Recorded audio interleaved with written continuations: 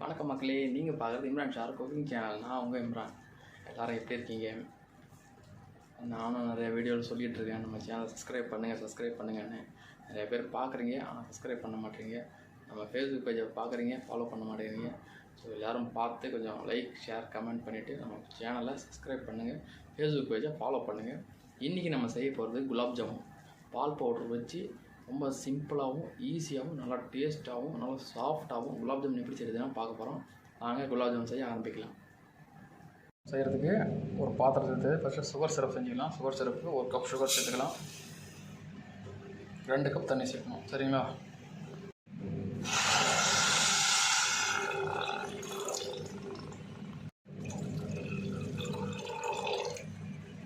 ரெண்டு கப் தண்ணி சேர்த்து சுகர் நல்லா கரைஞ்சி, கம்பி பாதெல்லாம் தேவையில்லை, நல்லா சுகர் கரைஞ்சி வந்தாலே போதும். சரிங்களா? கொதிக்கும் போது ஒரு 3 ஏலக்காவை இந்த மாதிரி தட்டி சேர்த்துக்குங்க. இந்த மாதிரி பவுல் ஆனதுக்கப்புறம் உடனே ஆஃப் பண்ணிடுங்க. இப்போ நம்ம ஒரு கம்பி பாதம் வந்துடும். இது ஒரு சைடில் வச்சுட்டு குலாப் ஜாமுனுக்கு மாவு ரெடி பண்ணலாம்.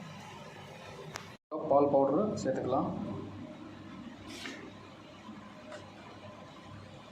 1 ஸ்பூன் மைதா. சரிங்களா? 1 ஸ்பூன் வரும் இது மைதா. கொஞ்சம் கம்மியாக பேக்கிங் சோடா. ஏன்னா அதிகமாக போட்டிங்கன்னா எண்ணெயில் போடும்போது எல்லாம் கொலாப்ஸ் ஆகிடும். ஸோ கொஞ்சமாக ஒரு சிப்பிக்கு அளவுக்கு குறைவாக தான் போடணும். சரிங்களா?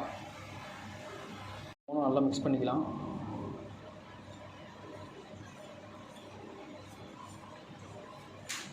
இந்த பால் பவுடரில் செய்கிறதால நல்லா ஸ்மூத்தாக இருக்கும். போட்டு அழுத்தெல்லாம் நம்ம மிக்ஸ் பண்ண தேவையில்லை. போட்டு அழுத்தினீங்கன்னா ஹார்ட் ஆகிடும். குலாப் ஜாமுன் சாஃப்ட் ஆகாது. மைதா மாவு சேர்த்துருக்கிறதால பொறுமையாகவே நம்ம கலந்தாலே அந்த பால் பவுடரோட பக்குவத்தில் நல்லா கரெக்டாக வந்துடும். போட்டு நீங்கள் ரொம்ப ஹார்டெல்லாம் பிசைய தேவையில்லை. நல்லா கலந்து விட்டுட்டோம்.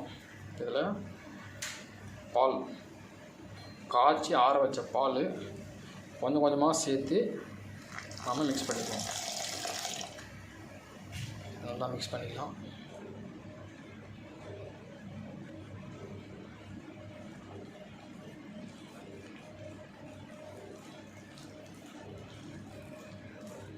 இந்த அளவுக்கு உருண்டை பிடிச்சி வச்சுக்கிங்க. ரொம்ப சாஃப்டாக இருக்கும். ரொம்ப ஹார்டெல்லாம் போய் செய்யாதீங்க. இப்போ சின்ன சின்னதாக உருண்டை பிடிச்சி வச்சுக்கலாம். சரிங்களா? உங்களுக்கு என்ன சைஸில் வேணுமோ அந்த சைஸில் உருண்டை பிடிச்சிக்கலாம். உருண்டை பாருங்கள், வெடிப்பே இல்லாமல் சும்மா ஒரு 10 செகண்ட் உருட்டினீங்கன்னா இந்த மாதிரி உருண்டை வந்துடும். இருக்கிற மாவு எல்லாத்தையும் இந்த மாதிரி உருண்டை பிடிச்சிக்கலாம். இவ்வளோ சூப்பராக இருக்கும் பாருங்கள் உருண்டை. எனக்கு 1 கப் மாவுக்கு 14 உருண்டை வந்துச்சு. உங்களுக்கு எத்தனை உருண்டை வருதுன்னு கமெண்ட் பண்ணுங்கள். இப்போது இது எண்ணெயில் சேர்த்துடலாம். எண்ணெய் சேர்த்தாச்சு. நான் கொஞ்சமாக தான் எண்ணெய் சேர்த்துருக்கேன். உங்கள்கிட்ட நெய் இருந்தால் நீங்கள் நெய்யில் சேர்த்துங்க.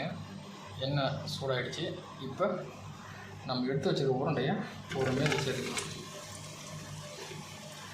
உருண்டையை ஒரே டைமில் சேர்த்தா தான் எல்லாமே ஒரே இதில் நம்ம கரெக்டாக பொன்னிறமாக ஆகும். சரிங்களா?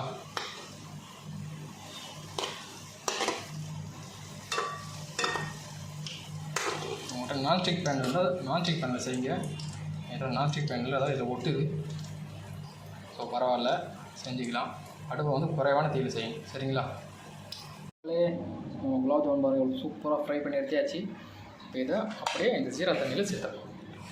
ஜீரா தண்ணி எடுத்து வச்சுருக்கோம்ல, அதில் சேர்த்துக்கலாம். ஒரு 3 மணி நேரம் இதை நல்லா ஊறிச்சின்னா நமக்கு நல்லா சாஃப்டான பொசு குலாப் ஜாமுன் ரெடி ஆகிடும். ஆஃப்டர் 3 இயர்ஸ், சாரி 3 மணி நேரத்துக்கு அப்புறம் ஓப்பன் பண்ணி காட்டுறேன் பாருங்கள். சரிங்களா? நம்ம குலாப் ஜாமுன் பாருங்கள் 3 மணி நேரம் நல்லா ஊறி நல்லா சாஃப்டாக சூப்பராக இருக்குது பாருங்கள். ஆல்ரெடி நான் ஒரு 4-5 பீஸ் சாப்பிட்டுட்டேன். அது ஓப்பன் பண்ணணும், அந்த ஃப்ளேவருக்கும் அந்த நல்லா சாஃப்டாக இருந்துச்சு. எடுத்து 3-4 பீஸ் நான் சாப்பிட்டுட்டேன். வேறு லெவலில் இருக்குது. ட்ரை பண்ணி பார்த்துட்டு மறக்காமல் கமெண்ட் பண்ணுங்கள். இம்ரான் ஷார் குக்கிங் சேனலை சப்ஸ்கிரைப் பண்ணுங்கள். மீண்டும் ஒரு சூப்பர் ரெசிபியோடு உங்களை சந்திக்கிறேன். ட்ரை பண்ணி பார்த்துட்டு அவுட்புட் எப்படி இருக்குன்னு கமெண்ட் பண்ணுங்கள் மக்களே.